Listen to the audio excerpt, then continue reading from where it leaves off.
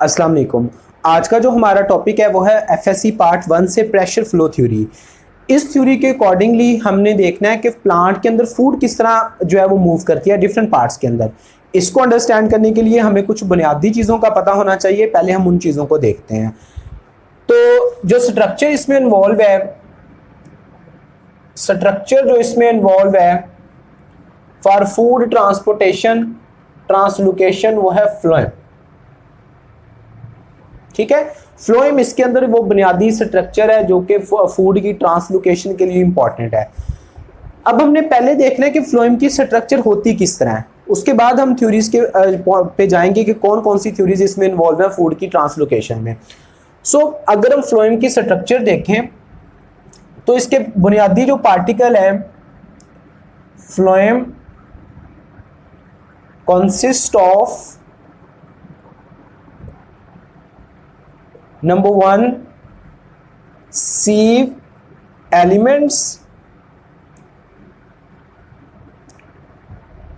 Element और sieve cell, number 2 sieve tube, number 3 companion cells, and number 4 are for supporting parenchyma cells. These are the basic 4 part: sieve element, sieve tube and companion cells. अगर आपको इसकी structure पता है, you can betterly understand pressure flow theory. कैसे ये work करती है अब इसमें देखें। इसकी स्ट्रक्चर हम पहले देखेंगे। स्ट्रक्चर को अगर हम डिस्कस करें तो इसमें ऐसे ये लॉन्ग स्ट्रक्चर होते हैं जिसके एंड पे क्या होती हैं, ये स्ट्रक्चर्स, प्लेट लाइक स्ट्रक्चर्स मौजूद हैं। दीज आर दी सीव एलिमेंट्स, और उसके एंड पे ये सीव लाइक स्ट्रक्चर मौजूद है जिसको हम क्या बोलते हैं, सीव प्लेट्स। ये इसमें सीव का मतलब ये होता है मैश, जाली। ठीक है, इस तरह जो है ये एक सीव एलिमेंट है। दिस इज 1 सीव सेल जो कि नॉन लिविंग टाइप का है, या फिर हम इसको क्या बोलते हैं, सीव एलिमेंट। कोई न्यूक्लियस नहीं है, कुछ भी नहीं है, हार्ड स्ट्रक्चर है। और ये इसके एंड पे जो स्ट्रक्चर मौजूद है जिसमें पोर्स मौजूद हैं उसको हम बोलते होते हैं sieve plate. This is sieve plate. इसको लहदा भी आप कंपोनेंट में लिख सकते हैं। एक्चुअली इसी की एंडिंग पॉइंट है सीव एलिमेंट्स के। ये सीव एलिमेंट जुड़ा, ये दूसरा जुड़ा, 4th वन जुड़ेगा, तो ये जो पूरी हमें ओवरऑल स्ट्रक्चर नजर आती है ट्यूब लाइक, इसको हम बोलते हैं sieve tube. This is our sieve tube, इसको हम सीव ट्यूब बोलते हैं।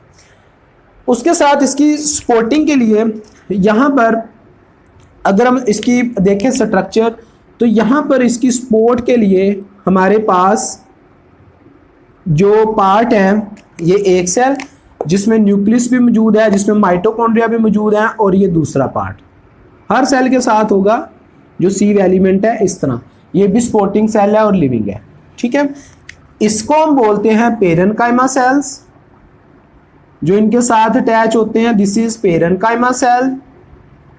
और जो इंटीरियर साइड पे है वो जो फूड को आगे ट्रांसपोर्ट करते हैं और एनर्जी प्रोवाइड करते हैं, एटीपी प्रोवाइड करते हैं, वो आपके कंपेनियन सेल्स हैं। ठीक है, एटीपी प्रोवाइड करने वाले कंपेनियन सेल हैं।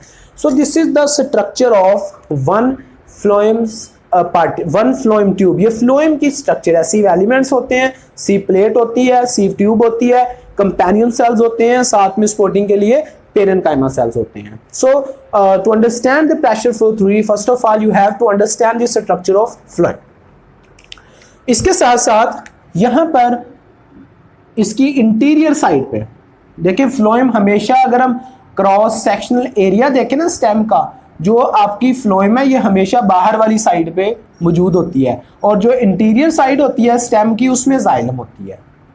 ठीक है, दिस इज जाइलम जो कि हम पढ़ चुके हैं, and this is to the is phloem. अगर हम इंटीरियर साइड से मूव करें, दोनों एक साथ साथ ही होती हैं, ये याद रखना है। जो जाइलम है ये इंटीरियर साइड पे, और जो फ्लोएम है ये आउटर साइड पे होती है।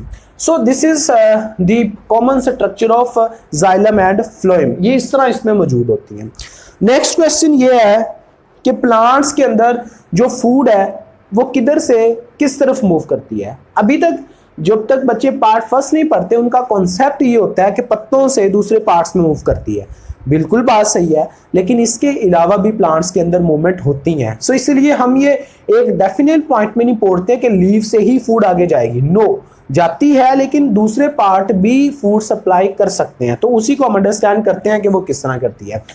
तो इस चीज के कॉन्सेप्ट को समझने के लिए we have to understand the basic term source and sink. Food की मूवमेंट को क्या बोलते हैं? Translocation. Food is translocated between sink and source and sink. किसके दरमियान ट्रांसलोकेट होती है? सोर्स और सिंक के दरमियान। So first of all we have to understand the concept of source and then sink. Source क्या है, उसके बाद हम किसको देखेंगे? सिंक को देखेंगे। दोनों का डिफरेंस आपको आना चाहिए। सोर्स क्या होता है जी? This is the area of supply. कोई भी चीज जो न्यूट्रिएंट्स या जो स्टोरिंग कंपाउंड को सप्लाई कर सकती है वो आपका सोर्स होता है। This is the area of supply, जो कि क्या हो सकता है? फोटोसिंथेटिक ऑर्गन हो सकता है। क्या हो सकता है? फोटोसिंथेटिक ऑर्गन, जिसको हम लीफ बोलते हैं। This will B photosynthetic organ. This में बी स्टोरेज ऑर्गन। ये मैं बताता हूं एग्जाम्पल के साथ। Storage organ during exporting phase. किस फेज में? एक्सपोर्टिंग फेज में। ये मैं एक्सपोर्टिंग फेज को एक्सप्लेन करता हूं। और इसके अलावा जो पार्ट जो है वो एनर्जी को स्टोर करते हैं फिर दूसरों को प्रोवाइड करते हैं, वो आपके सोर्स के तौर पे काम करेंगे। इसकी एग्जांपल्स जो आपके लीव्स हैं, अगर हम एग्जांपल को देखें तो इसमें कौन कौन से लीव है? Mature leave. This is very important. Immature leave source नहीं होता, वो फोटोसिंथेसिस नहीं करता, कम करता है। मेच्योर लीव सही करता है, उसको तो खुद एनर्जी चाहिए मेच्योर होने के लिए, वो सिंक होता है। लेकिन जो मेच्योर लीव है ये फोटोसिंथेसिस करता है, वो क्या होता है? आपका सोर्स। दिस में भी storage organ during exporting phase. Storage organ कब काम करेगा? During exporting phase. पहले मैं सिंक बता दूं फिर ये समझाता हूं। उसके बाद what is sink? This is the area of metabolism और एरिया ऑफ यूटिलाइजेशन और एरिया ऑफ स्टोरेज। ठीक है, ये जो कोई चीज मेटाबॉलिज्म करती है या फूड को स्टोर करती है वो वर्क करती है एज ए सिंक। इसमें कौन कौन से पार्ट आ सकते हैं? अगर हम इनकी एग्जांपल्स की बात करें तो इसमें आते हैं इमेच्योर लीव्स, क्योंकि उसको एनर्जी चाहिए अभी बड़ा होने के लिए, वो एनर्जी कंज्यूम करता है, बनाता कम है। उसके अलावा storage organ during storing phase. किस फेज में? स्टोरिंग फेज में। देख लो, ये एक्सपोर्टिंग फेज में क्या होते हैं? सोर्स। और स्टोरिंग फेज में क्या होते हैं? सिंक। इसके अलावा फ्रूट जितने भी आप खाते हैं वो एनर्जी स्टोर करते हैं, न्यूट्रिएंट स्टोर करते हैं, वो आपके सिंक हैं। इसके अलावा रूट, ट्यूबर्स, जो पोटैटोज आप खाते हैं, ठीक है। इसके अलावा रूट टिप और shoot tip, these all work as sink, वो एज ए सिंक काम करते हैं। So first of all we have to understand the storage organ when it act as a exporting phase and when it act as a sink in storage phase. ये हमने discuss करना है। सो इसकी common सी example है कि अगर हम देखें, यहां पर मैं ये शुगर बीट बना रहा हूं। शुगर बीट हमने लगाया और फर्स्ट सीजन में क्या हुआ कि जब उसके ये शुगर बीट की एक कॉमन मैंने स्ट्रक्चर जो है वो बना ली। यहां पे लाइट पड़ी लीव्स के ऊपर, लीव्स ने फोटोसिंथेसिस की और फोटोसिंथेसिस करने के बाद जो भी फूड बनी वो मेच्योर लीफ से कहां पे स्टोर होती गई? In the form of sucrose. वो कहां पे स्टोर होती गई? इन द शुगर बीट, नीचे underground. So in this phase this is source. First season में ये सोर्स है और स्टोरिंग स्टेज पे इसको हम क्या बोलेंगे? सिंक। यही मैंने लिखा है। स्टोरिंग फेज में जो आपके स्ट्रक्चर्स होते हैं, बाइनियल क्रॉप्स हैं, बाइनियल क्रॉप्स जो 2 सीजन में काम करती हैं। पहले सीजन में पत्ते निकलते हैं, बीज नहीं बनाती। दूसरे सीजन में वो क्या करती होती हैं, बीज बनाती हैं। सो फर्स्ट सीजन में पत्तों ने फूड स्टोर कर लिया, दूसरे सीजन में लीव्स नहीं होंगे, तो इसलिए लीव्स होंगे भी तो रिप्रोडक्शन भी होनी है। दूसरी फेज में क्या करते हैं, आपने प्लांट अगर वेजिटेबल के तौर पे यूज करना है, इसको निकाल के यूटिलाइज कर लेंगे, बट आपने इसको फील्ड में छोड़ दिया अगले सीजन में। 2 सीजन जिसको चाहिए वो क्या है, बाइनियल। अब आपने इसको छोड़ दिया है, फूड नीचे स्टोर हुई पड़ी है। दूसरे सीजन में क्योंकि पत्ते अब नहीं निकले, दूसरे सीजन में ये रिप्रोडक्टिव ब्रांचेस को निकालेगा। ऐसे ये रिप्रोडक्टिव ब्रांचेस को निकालेगा और इसके ऊपर ये फ्लावर्स ये निकलते हैं जिससे इसका बीज बनता है। सो उस फेज में इन फ्लावर को एनर्जी कहां से मिलेगी, जो यहां पे स्टोर हुई है। So in the second season this will supply the energy towards reproductive branches. दूसरे सीजन में एनर्जी क्या करेगा, ऊपर वाले रिप्रोडक्टिव ब्रांचेस को भेजेगा ताकि वो मोर फ्लावरिंग प्रोड्यूस कर सके। सो इस वजह से दूसरे सीजन में ये क्या एक्ट कर रहा है, एज ए सोर्स, और ये रिप्रोड्यूस कर रही है और ये एनर्जी को यूटिलाइज कर रही है, तो this will be act as a sink. So exporting phase में क्या बन गया, सोर्स, और जो स्टोरेज फेज में क्या था, ये सिंक। सो अगर आपको इसका कॉन्सेप्ट समझ आ गया है तो you can easily understand from where food move in the plant body. So इसमें बहुत सारी थ्योरीज हैं। कुछ लोगों का ख्याल था कि फूड में सिर्फ डिफ्यूजन होती है, यानी कि 2 थ्योरीज मोस्टली एक्सेप्टेड की जाती हैं।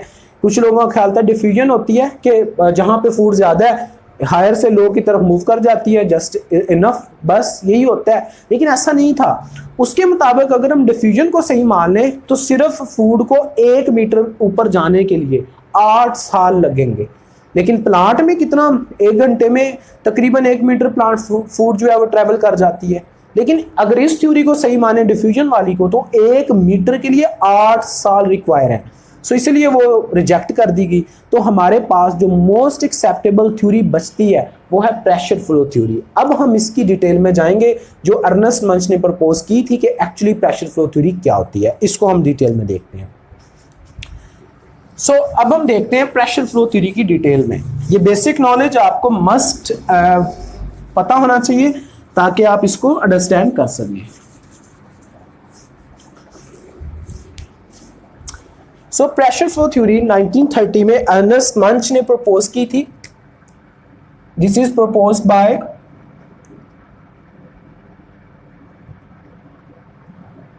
अर्नेस्ट